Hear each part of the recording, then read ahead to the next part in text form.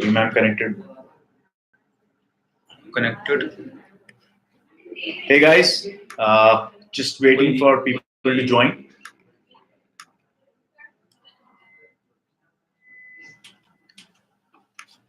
Sorry, the other link is not working, so I have to kind of change uh, to this one. Let me know if you guys are, coming to this link.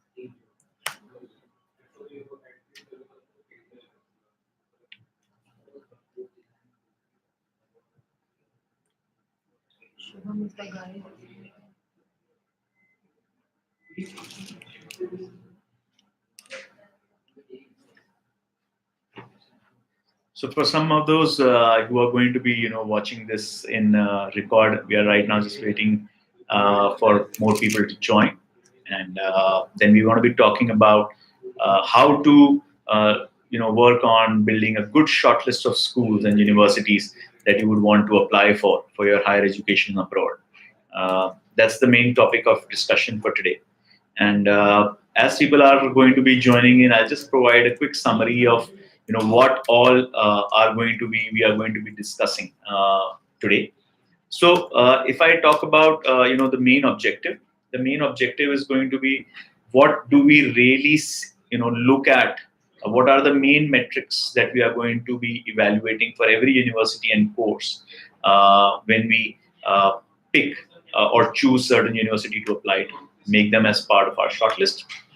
Uh, Before that, we are going to also talk about how to define our objectives of studying abroad, which is going to dramatically make a shift in your choice as well. And secondly, we are also going to talk about how to shortlist a particular country. So, in a shortlist, both the countries and the universities are important, and definitely, always which country you are planning to go for will be the first thing that will, you will need to shortlist. So, if I look at overall the objective of today's discussion, how to define why you want to study abroad, basis which which country to choose for studying abroad, and then what parameters to use in that country to choose what universities and courses to pick. So we are waiting for some more people to join. Uh, there was some problem in the link, in our original link, so I'm hoping that people are able to migrate to this particular link. So what's that?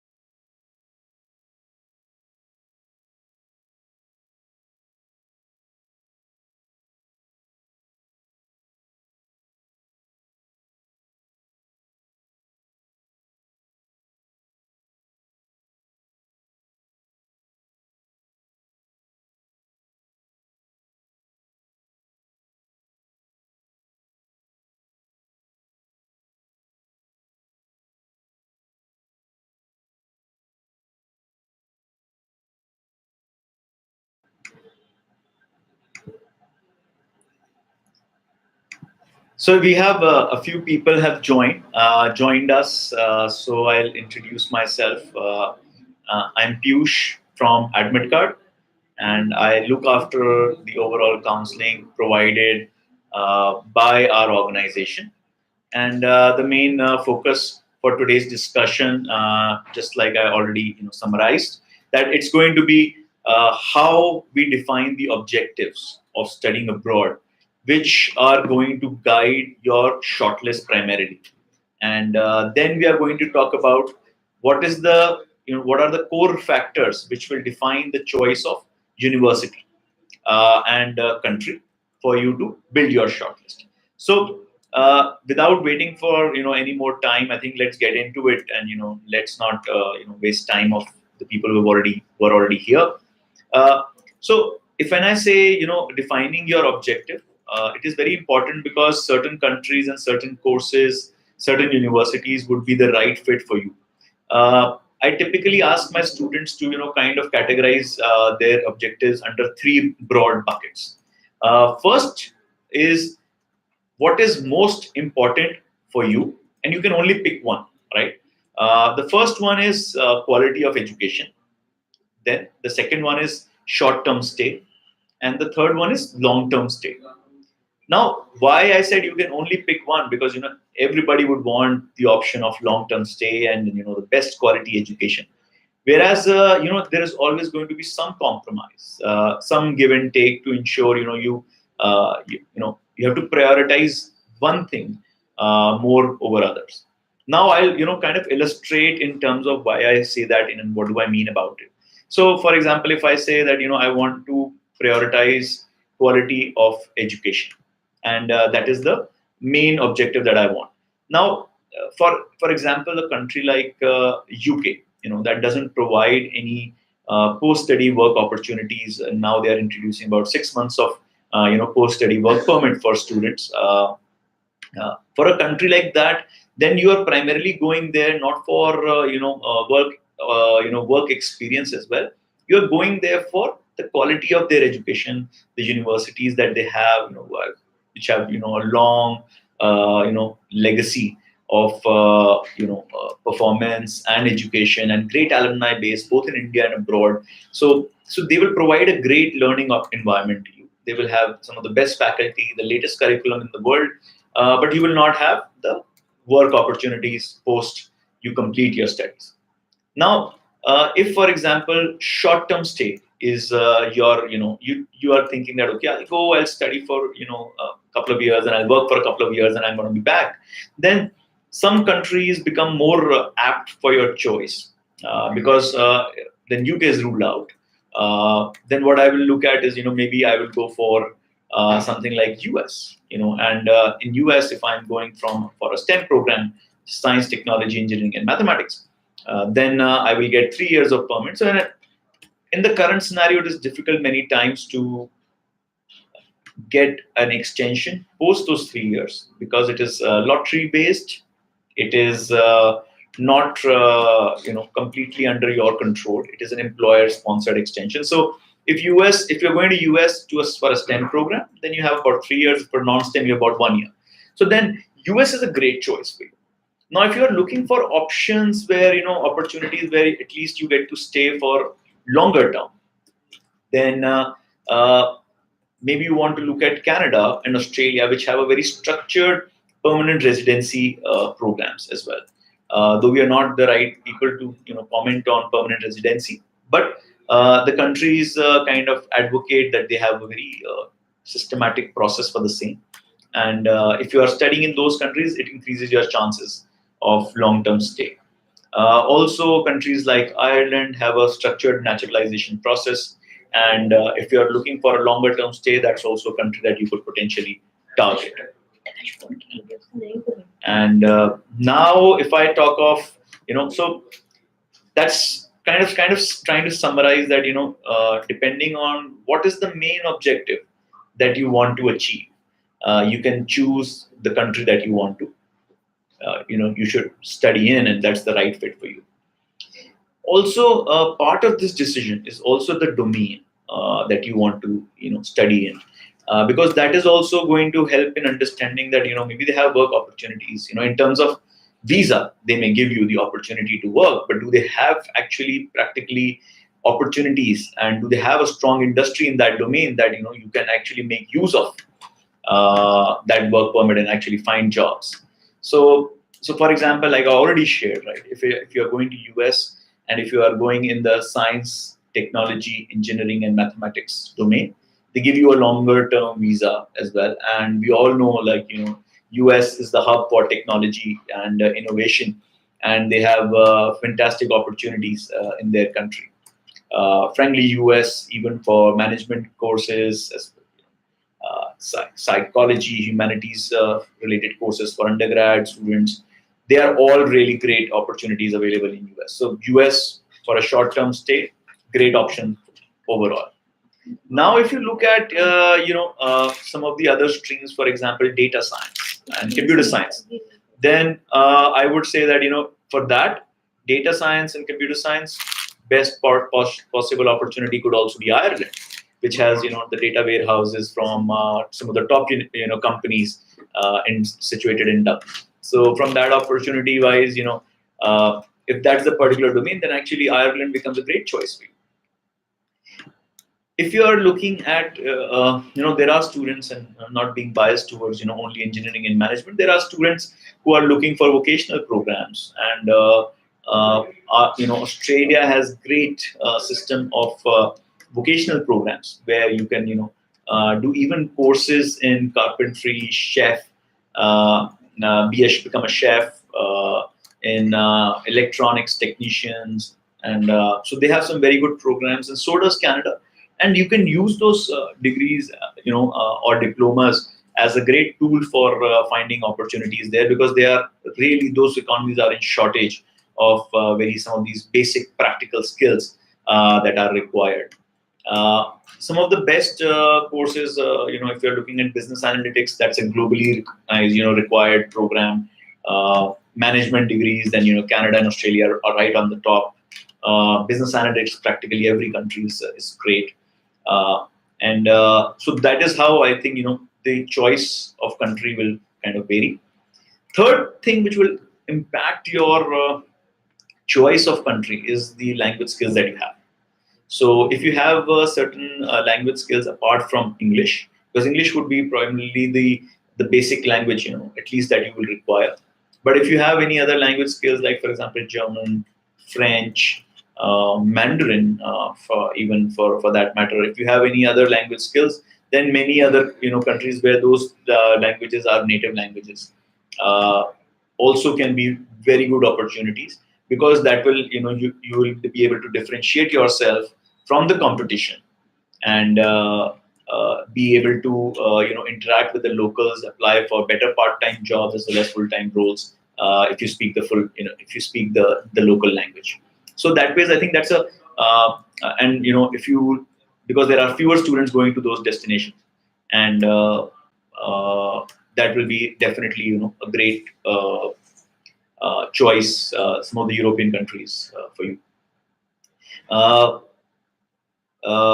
Mr. Perfect, we get a question from you, and I'll just complete what I want to say, and then I'll take all the questions in the end. So guys, if you have any questions, just put them on the side. I can see your questions on the sidebar, and I'll answer them at the end of the session. Now finally coming, once you have picked up what country that you want to study in, now there are going to be certain factors that that you can look at for different courses and universities, and try to answer them for yourself, and build the perfect shortlist for you. Now, and I think if you Google, you'll get that pretty straightforward, and this is not something very complicated. But I'm going to still reiterate the main choice that first of all you need to do is of the country. And now when you look, and maybe you pick a couple of countries that that fit your bill, and then you can work out on which schools to pick. One thing that I'll say is, you definitely look at university ranks. A lot of people criticize, and ranks don't matter, and it's bullshit. I suggest that definitely look at university ranks, not just from one source but from multiple, and try and get a sense of what is the relative positioning of various universities. Now, it doesn't matter if the university is ranked 1 or 10, but if you are comparing a university that is ranked 10 versus some university which is ranked 100, there is definitely a difference in the opportunity out there from those universities. So don't take them literally that I will go to rank 9, not rank 10. But definitely what is going to be more important is that a top 50 versus a top 100 versus a top 200, and that's the level of difference that you can kind of look at, avoiding. So one thing is definitely look at university rankings and then compare your choices as to, which one do you prefer to go for. Then the next one is, of course, around subject ranks, and especially that is more important if you're applying to some of the top universities, and that is where the difference really is there. Uh, uh, you can look at admit card, and you find various university ranks as well, and you can connect with our counselors to check with various subject ranks available for various universities, right? And then basis, because for some universities might be very good in masters of public health or have hospital administration, whereas some they may not be very good for computer science. So although they may be ranked say ranked 60 65 in healthcare, they may be ranked 200 in computer science. So your choice of university will be really dependent on what you want to do, and hence the subject ranking is also important. Now, of course, one of the things that you then need to start looking at is where does your profile fit in, right? And if you have certain percentage of marks, then if you look at the admit card recommendation engine, so we have collated the entry requirements for practically 1 lakh courses around the world from about 1,000 universities. So if you fill your profile and you look at the recommendation link, recommendation tab, you will get some of the universities where your profile is high likeliness of getting accepted. So you can use that tool to kind of create kind of a subset of universities and courses related to your field, your choice and your profile. And but then once you have looked at the university rankings, done your own research, use the admit card tool for finding what fits your academic and English test requirements and GRE GMAT requirements, and you have that list prepared. Then what other things you need to you should really compare, which are important, are the tuition fees and the living costs. So try and see what fits your budget. There are filters available, of course, on admit card also, that where you can adjust them and understand which will fit your budget and filter out the others. But still, you should not put that filter immediately, because sometimes you will feel that you can go to a much better university, and it might be better to take a loan or education loan to improve the opportunity potential. Uh, More importantly, also, one of the core parts of the selection process needs to be that talking to the current students who are currently studying there and asking them about validating some of the things that you read online or on admit card, and you're talking to them about what might be the best choices for you, and understanding from their experience how is it like to live there, what is the kind of study workload, what are the kind of evaluation methodologies, what are the kind of study hours that are there. If you're looking to work part-time, then what kind of part-time jobs are available, what kind of part-time wage rates are offered to the students over there, what are the kind of career services offered by the university, and all these things. Then you start noting down from the conversations of the various students that who are studying over there, and that you can also do on admit card. We have mentors available on our app, and you can connect with practically students from every university around the world, and we're adding more, frankly. And right now we don't cover all the universities, but the objective is by the end of this year we should have all universities that are present on our platform to have mentors from there. Now, so by talking to them, you should talk about, like I said, study load, evaluation methods, part-time jobs, full-time jobs, experience as an international student, in terms of is it that you are having only Indian students and Indians and Chinese filled in the class, or you have a more international diaspora, represented in the class, which will definitely improve your experience. Also, what are the kind of companies that are hiring from the class, or people are eventually going to? How supportive is the alumni base, which will give you the access to the full-time roles in future. So, to summarize, start with the university rankings. Let that give you certain potential universities that are there in your mind. Then use the admit card recommendation tool, fill your profile, and get a selected list of universities where with your profile, there's a high probability of you getting an admit. Post that, connect with some of the existing students, and if you want, you can use the Admit Card app for that, where you start taking the feedback of students on those universities regarding part-time jobs, full-time employment opportunities, living experience, living costs, study loads, and evaluation methodologies. If you do all that, I think then you'll have a very holistic view, and already your few favorite universities will start emerging, and that's how you should look at the entire shortlisting process. Now, if I talk about the application strategy, let's spend a couple of minutes before we start taking questions. Uh, in the application strategy, I typically have two categories of students. One of the students is wants to save money on application fees, very conservative, and they will say that for them, I say let's apply to 4 to 5 universities.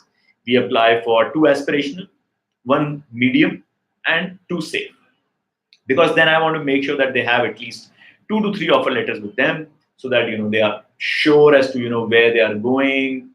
They don't want to really go all out.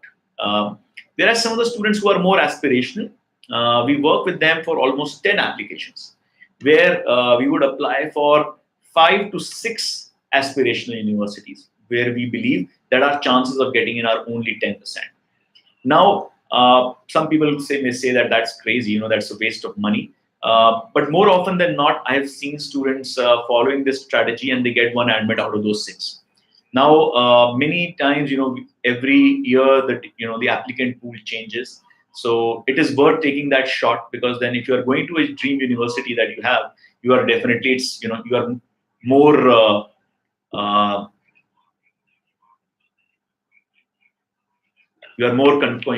happier going for that opportunity, right? So from that point, I'd say that let's if you're applying for 10 schools, then go for 6 aspirational, 2 medium, and 2 safe. That's how I would typically go for how I would recommend my students to apply. So let's wrap up the session with the question and answer, and then at the end I'll just summarize the core messages that I had. So Mr. Perfect, which country has better opportunities for MBA? MBA is a very generic program, and practically every country offers these programs. Management jobs are available everywhere. Now, depending on what opportunities you are looking for, what is the main objective, the country will get selected. So you are also mentioned that you are graduating from your BBA, 3 years studies, so and 80% marks. You should pursue from Australia, because Canadian universities will require 4 years of undergraduate program, and there you, with that 80% marks, you can apply for masters in management, not an MBA. Which is an MBA for graduates with limited experience, and you will get admissions in university in Melbourne and Sydney. Just connect with our, create a profile on our platform, and our counselors will apply for you. We have multiple students going for that program to University of Melbourne, University of Sydney, University of New South Wales, Monash University, and all the top group of 8 universities. I hope I've answered your question. I think Australia is a great fit for you, because you have 3 years of undergraduate studies, and it gives you opportunity for long-term stay. Shubham Mishra, you put in 2 comments. If I do masters from a Canadian university, will I have an edge over the applicants that apply for Canadian PR from other countries? What mean is get extra points for that? Absolutely. So if you are having local education, you get extra points for that. I am not in a position to comment on how much and all, because you need to be certified immigration agents. But yes, that is definitely one of the considerations. And if you're having Canadian education, you will get extra points for that.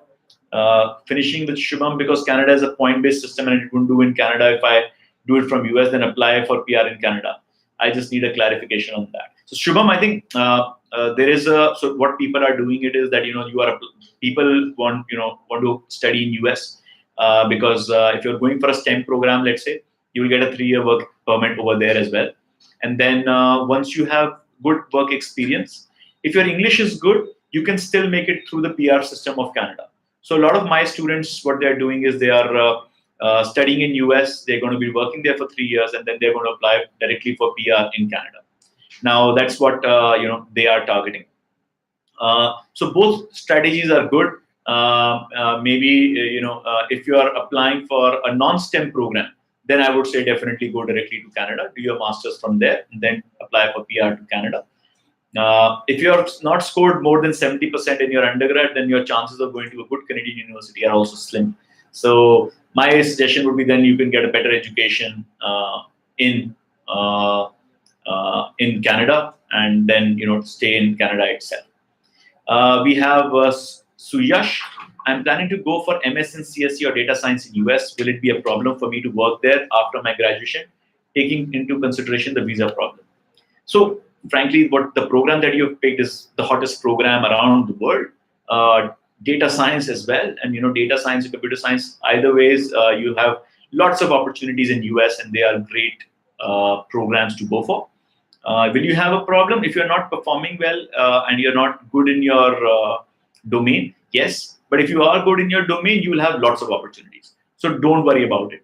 But you will have an opportunity for at least 3 years, because it will come under a STEM program, and then after 3 years, you again, there is no.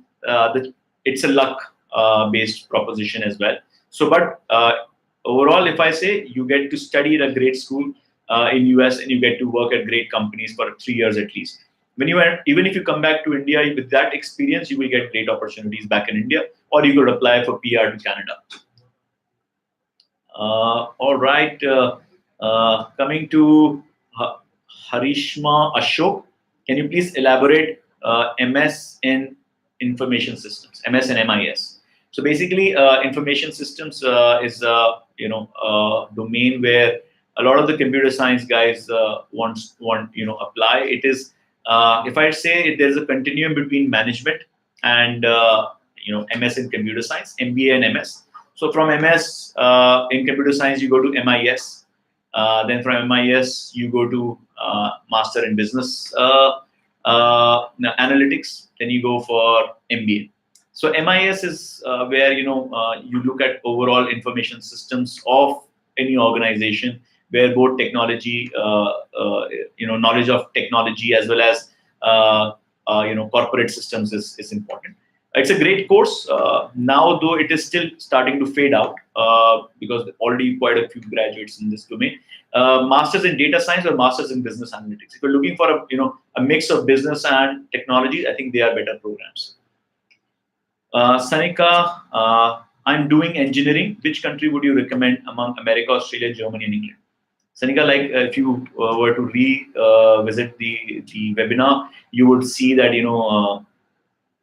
depending on your objective, the country would be better. One thing that you've said, engineering. Now for engineering, which engineering again will matter a lot. US and Germany are great countries for engineering. England and Australia are also good, but Australia is better for longer term stay if you're looking for longer term stay. Germany, if you know German language.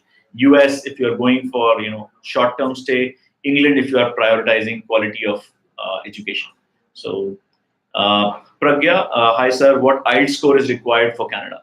IELTS score, if you're going for undergraduate programs, I think you should at least score overall 6 and minimum 6 in each band. If you're going for master's program, then 6.5 with minimum 6 in each band. I think that at least in any case, just put a thumb rule that 6.5 overall and 6 in minimum. That way, your visa opportunity or visa chances are also highest. Mr. Perfect, you have kind of a follow-up question. I think there, as I'm well aware about the fact that I can't apply directly for MBA in Australia because they want minimum 2-3 years working experience. Can you suggest me some alternative courses to apply? So I already told you Masters in Management is the right course for you. Although there are some universities like Deakin Universities where you can do an MBA without work experience also. And there, as an Indian, you have 80%, you get good scholarship there as well. Sheshu Verma, how would be the career opportunities for MS in Business Analytics? Fantastic. And please suggest me the city in US which is beneficial to getting a job in business analytics field. Sheshu, I think this is a requirement globally. Any good city with large corporates present, I would say go for Boston, New York, California, Texas. Those are some of the good places. Chicago, some of the good places to pursue business analytics in US. Avinav, hi sir, I'm looking forward to do masters in Ireland. What is the right time to apply for Ireland universities? What are the basic requirements? So Ireland typically has only one intake. Most of the top universities, a few universities have January intake, but the main intake is September 2019. In September 2019, the right time to apply is typically starting at least 1 year before. But they will accept application as late as May of that year. So even right now, we are applying for some of the Ireland universities, though UCD and TCD are already kind of closed. Basic requirements: you need IELTS of 6.5 with minimum 6. That is the main basic requirement. Prasanna, hi, I am planning to Australia for my MS in networking. Can you tell me the feature at tell me the feature at there. I'm assuming you're asking for universities. I think depending if you have good scores, I would say definitely look at Monash University. They have very good networking course, as well as they are very renowned for engineering. Harishma, if analytics is not my interest, is MIS an incorrect choice? I would say not an incorrect choice. Although I'm saying that the scope of this program is diminishing right now. Now, if I were you, I would pick maybe analytics or data science, because if a lot of the strengths that are required for the domains are similar. So I would suggest, if you don't want MIS, then go for it. Then if you really don't want analytics, then MIS is a good option. But then make sure that you are going to a good ranked university in US. Can I get a PR in Australia after doing master's program from there? Absolutely, and that's why Australia is popular. Can I get scholarship in Melbourne University with 80% marks in graduation for masters in management in finance? This year, the maximum scholarship we got depends also on the university that you are from. We got about 10,000 AUD of scholarship, not that much, but 25% for first year. That's the maximum scholarship we got this year for that particular program. Similar marks, 85% was the percentage of the student.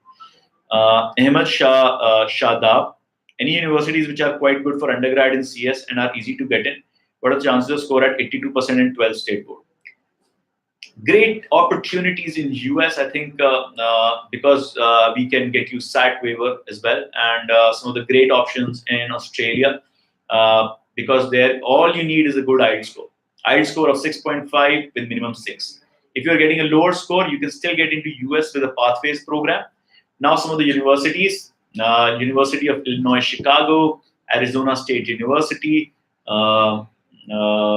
if I say Australia, Monash University, University of New South Wales, University of Sydney, there are a lot of opportunities. CS is offered practically by all universities. Pragya, can I go abroad if I have a backlog? Which country can I aim with a backlog? So see, if you have a backlog, just try and make sure that you understand your strengths. So you apply for a good program which is aligned to your strength. University will review which courses did you get a backlog in. If you are going to Canadian universities, 2 to 4 backlogs is the max that you should have.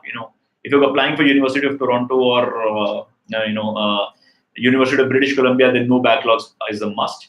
But if you're applying to their colleges, if you have 3-year undergrad, then 6 backlogs is allowed. If you have 4-year undergrad, then 8 backlogs. US backlogs are not a problem. Though they are willing to give you a second chance as long as you have cleared those backlogs. Australia, the maximum backlogs that we've got an admit for are 15. Though then the universities are typically, slightly the mid-tier university.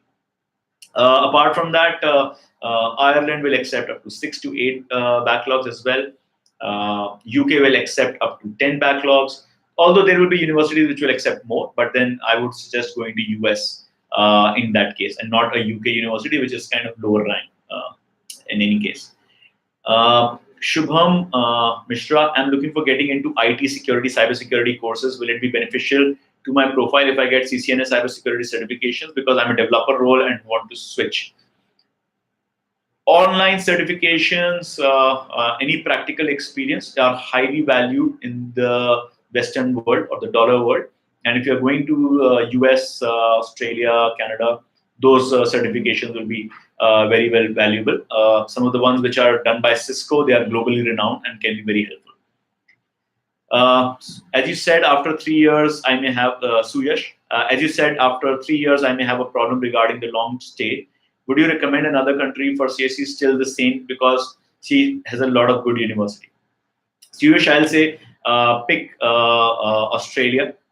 They are loving people in the tech domain, and they want more and more to come to their country. So that is one great destination. The other one is Ireland, where also you get paid pretty well. All the world's top tech companies are building their European headquarters in Dublin. So I would say explore Australia and Dublin. Sanika, follow-up question: which university in Australia is the best for masters in mechanical engineering? I need scholarship as well. Sanika, if I had absolutely no, I have no idea about what background you have. If you're looking for mechanical engineering and scholarship, I would say apply for Deakin University because they'll definitely give you good scholarship if you are having 80-85% in your undergrad.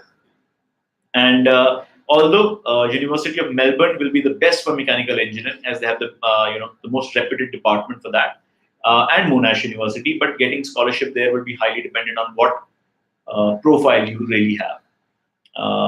Aman Nair, I'm an ECE student as a software developer in EY and want to become a product manager doing MS in US, and you throw some light on the best possible course.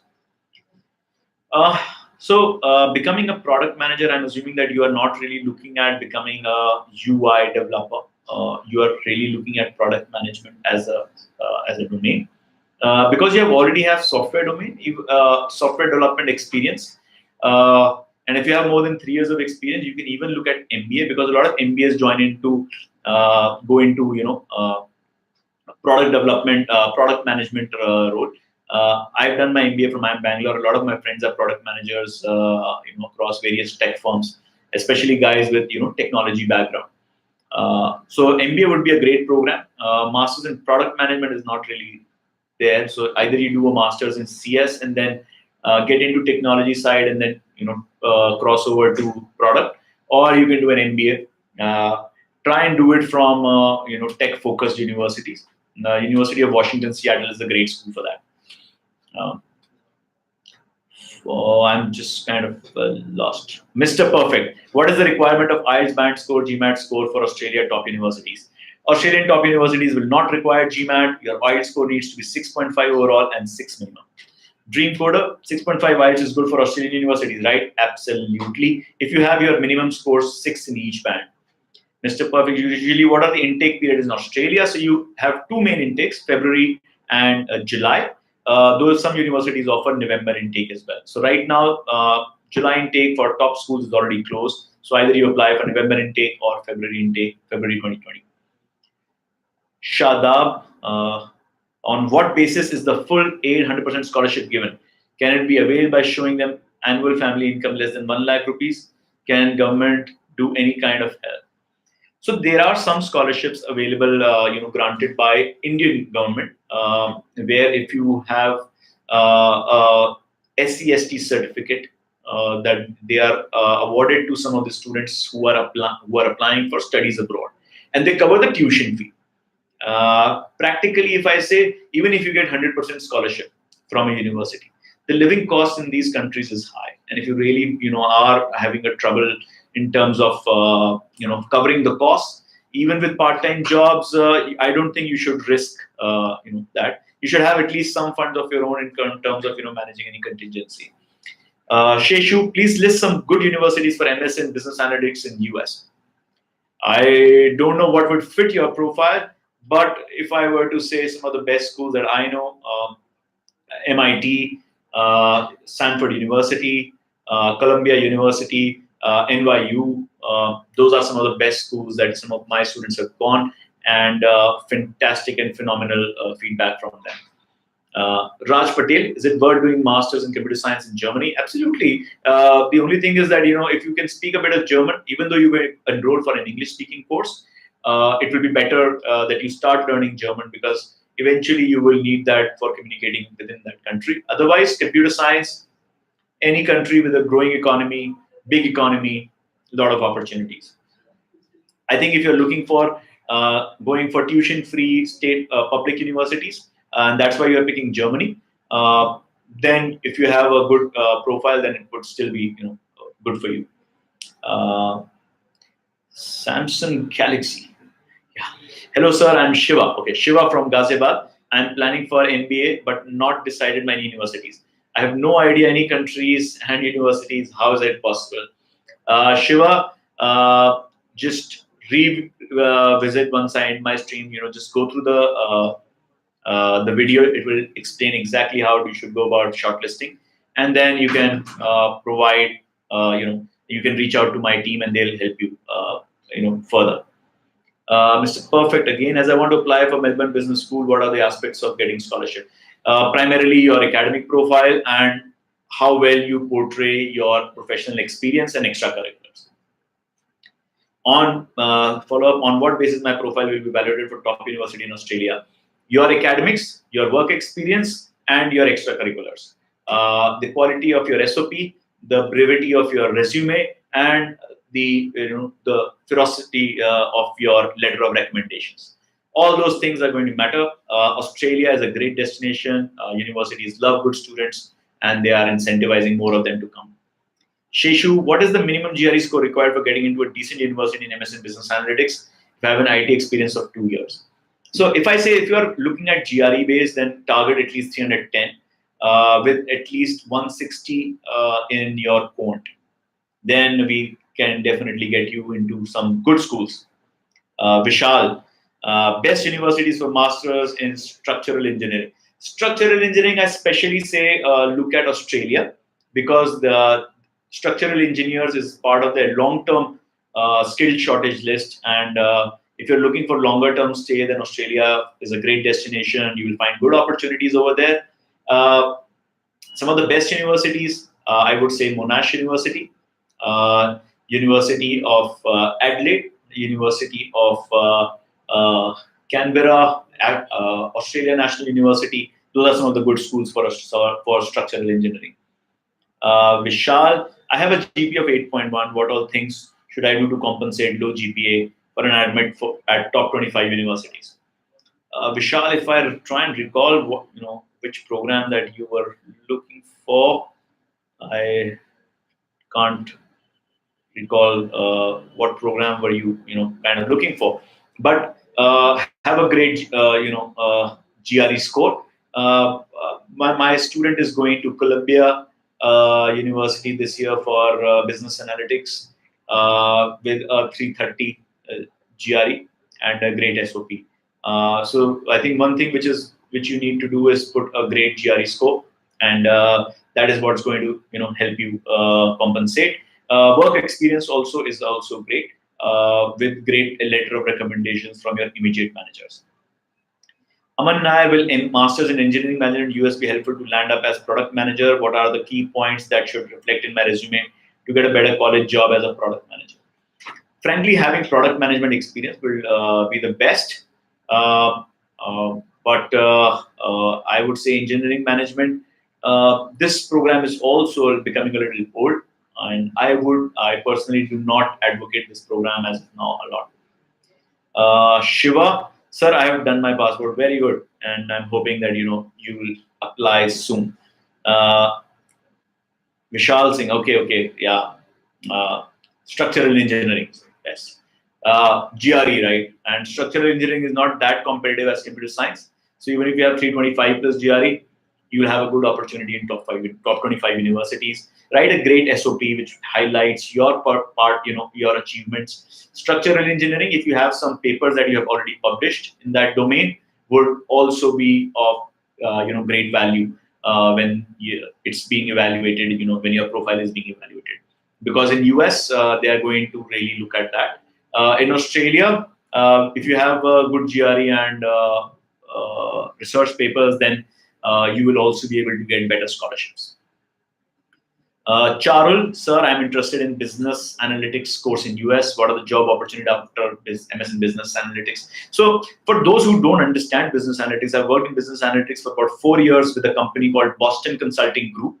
And frankly, that's a domain which was related, kind of reserved for top management consulting firms. But now every organization is generating tons of data because most of the systems are online and they're capturing a lot of information, and companies want to use that information to make business decisions. Now, practically every company is building up a data or a business analyst group, and so all good top organizations, you'll have opportunities in terms of marketing analytics, sales analytics, operational analytics, logistics analytics, wherever it's a business problem that you have to solve through data. So uh, uh, it's one of the most upcoming domains. Suyash, is it necessary to get LORs from just our faculties of college for MS, or senior in a company can also provide it? Because I think some of the universities want LORs from faculties as well. So it's always important. If you have two LORs, take one from faculty and one from professional. If you're applying for management programs and you have more than 3 years of experience, you can even take both from professional. If you're applying for non-management but technical engineering courses, then you should take, if your experience is very relevant, then from your manager, one from your manager and one from your faculty. But if you're having at least, if you're having less than 1 year of experience, then you may want to take both from the faculty because your manager may not have really understood, about your weaknesses and strengths. Shadab, what are the chances for bachelor's in CS US at 1200 SAT score? I had 82% in both 12th and 10th. I don't have any extracurriculars to mention. I also have a gap year. Shadab, what I suggest is just, enroll on our platform, and I'll ask my counselors to get in touch with you. We have a lot of students right now having similar challenge. We'll find programs for you where SAT score is not evaluated. And 6 IELTS is not bad.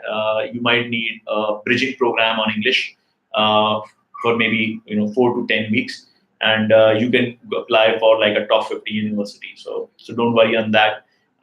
We can help you. You to get there. Next one, if I take Charles, sir, admit card also help in SOP LOR writing for aspirants? Absolutely. For all because that's an important integral part of the application, and since we are committed to your success, we have experienced editors and a lot of students who are currently studying in these universities who have gone through that same process as you are, and so they all provide feedback on your essays and LORs, and LORs practically your faculty or professionals would be submitting, but you will have guidelines to share with them, that what all they can mention about your your experience with them. Vishal, how many research papers would it be sufficient to applying for masters in structural engineering? I mean, see, more the merrier. Typically, published status of 2 research papers is considered great, and if you have more than that, then that becomes exceptional. 1 paper is fine. Typically now, papers in international journals are more important than in Indian journals. What is the difference, Sheshu, between data analytics and business analytics? Kind of going away a bit from the shortlisting part, but let's still take this. Data analytics is more tech focused. You will have large data, that manipulation through algorithms and software tools. Business analytics is going to focus more on the business problem that you're trying to solve. So business analytics, anybody with any kind of engineering background or even business education background can do. Data analytics, typically people with should have some computer science background or at least ECE background with some few computer science courses to have a better better skill alignment to data analytics. Shreyan, we have this first question from you. Sir, this is possible to apply for second master's degree after having one from India? Absolutely. I have one of my friends who did his MBA from Bangalore, 1 year junior to me. Went to repeated his MBA from NYU Stern. So a lot of people do that. Absolutely. In Canada, that might be a problem because that might get you a visa reject. Double masters is typically not accepted in Canada. I think I've missed a few people. I think there was quite a lot of questions coming on the side. Suyash, yes, you can take the LOR from your director. Shreyan Ghosh, is it possible to apply? Oh, so I've already answered. Pritesh, yes. My GPA is not good, and I'm trying for 350 plus, planning for MS, 305 plus GRE, I'm assuming, planning for MS and CS in US. I have gap year and no work experience, planning for spring 2020. Will this profile hold good for US? Absolutely. We may not get you the top 50 universities, but we can get you top 100 universities. Again, just sign up on Admit Card and get connected. Priyank is one of our counselors; he'll help you out. Shrishti, what is the budget required for Australia MBA and HR? Top university 20 lakhs per year, 2-year program for about 40 lakhs, mid-tier university around 15 lakhs per year, and total about 30 lakhs. So now, if someone wants to apply for PhD from US, then how long is the process is to get the offer? It's quite a complicated process because you have to write to a lot of faculty and get firstly accepted by them to work under them. So typically keep an year before you want to start. So that's quite a complicated process, though our team is equipped to help you for that as well. Aman Nair, I'm interested in Master in Engineering Management course in US. What are the job opportunity after a Master's in MEM? So if you have done computer science, Aman, if your background is computer science, I'd suggest go for business analytics. That has better job opportunities. Though engineering management, you can get into roles where you are a coordinator between the technology team and the business team. Depending on your interest, the job opportunities are slightly reducing because it's become more competitive now. Pragya, can Admit Card help me shortlisting universities? That's why we are here, Pragya, and that's why it's seminar and this webinar, and we do that. Charul, sir, what will you advise? How many universities I should apply for MS in US with a GRE score of 315, GPA 8.17, no work experience, and one research paper?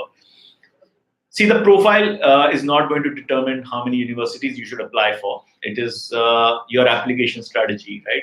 Now, if you can apply for 5 to 6, then apply for 2 aspirational, 2 medium, and 2 safe.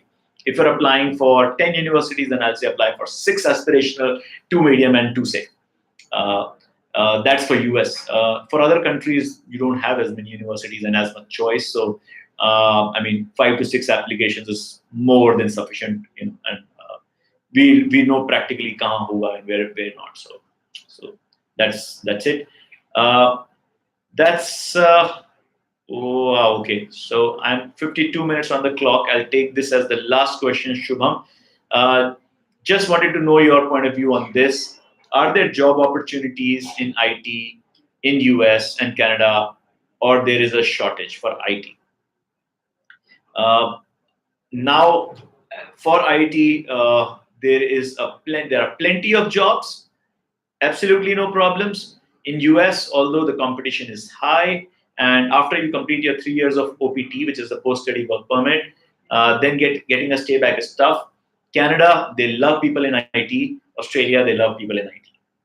Thank you very much, sir, Shreyan. Thanks, Shreyan, for taking out time. But my case is from chemical engineering background and want to apply for chemical and biomolecular engineering as MS in US. Yeah, they are the ones who are spending money on research and production and innovation in this domain. That's a great choice, Shreyan. I may have missed out the context that you might have said previously. Sorry. Shadab, is it really advised to go abroad? I'm able to join a university in India ranked at 20th in India through JEE mains. I'm able to spend not more than 2 lakh rupees a year. What will you advise? Shadab, I'll say go to join that university in India, and then we'll help you go for masters later on. I have 3 questions, and Suyash, Starlord, and Pritish. Those are the last ones I'll take, and maybe you guys can keep posting as comments later on underneath on the link, and I'll try and answer those questions as well. Do we need to pay for all the applications we are going to send? Not really. Admit Card has application fee waivers from a lot of universities. So for some you'll have to, and for the ones we have waiver, we'll pass it on to you. Weightage of GRE for MS in industrial engineering. Frankly, that's weightage for GRE in when you're applying for masters in US. GRE is typically got 40 to 45%. For industrial engineering or any engineering, your quant score is what is more important. So it's a very important part of your application in US. For Canada and for Australia and for Ireland, Ireland, I won't go for industrial engineering, sorry, but Australia and Canada, GRE is actually not mandatory, so that's and not a very relevant part of the application. Last question for Pritish: how difficult would be for average student to pursue MS in US? Pritesh, I don't think it's very difficult. You get a lot of support from people who are over there.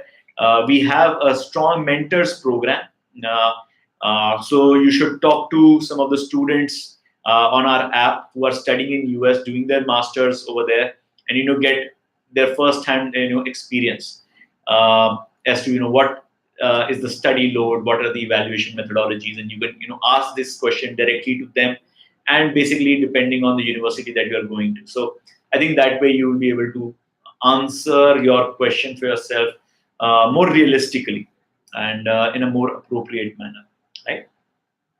So thanks, guys. Thanks, Suyash. Thanks, Starlots. Thanks, Charles. Thanks, Rishti. Thanks, Sonam. Thanks everyone else who's flooding this screen with messages. But I think we are running out of time, and we'll be back soon. And I think my team will. I love this session, and I'm going to do more of these. And I enjoyed answering your questions. Do sign into admitcard.com and complete your profile. Use our recommendation tool. And use the help of our team and our mentors to get to know more about opportunities abroad. Download our app and definitely talk to student mentors. And I'll be there in Australia for next 2 weeks, and we'll be doing probably a live session from there with our mentors as well. So you guys are welcome to keep checking out our YouTube page now, and you'll be having more live sessions coming your way. Do drop in any subtopics that you want me to talk about as comments, and my team will collate them and try and build the webinars more relevant to what you guys want me to talk about. Anyways, guys, thank you. This is Piyush, co-founder and head of counseling at AdmitCard, signing off for today, and see you next time. All right, guys. Bye bye.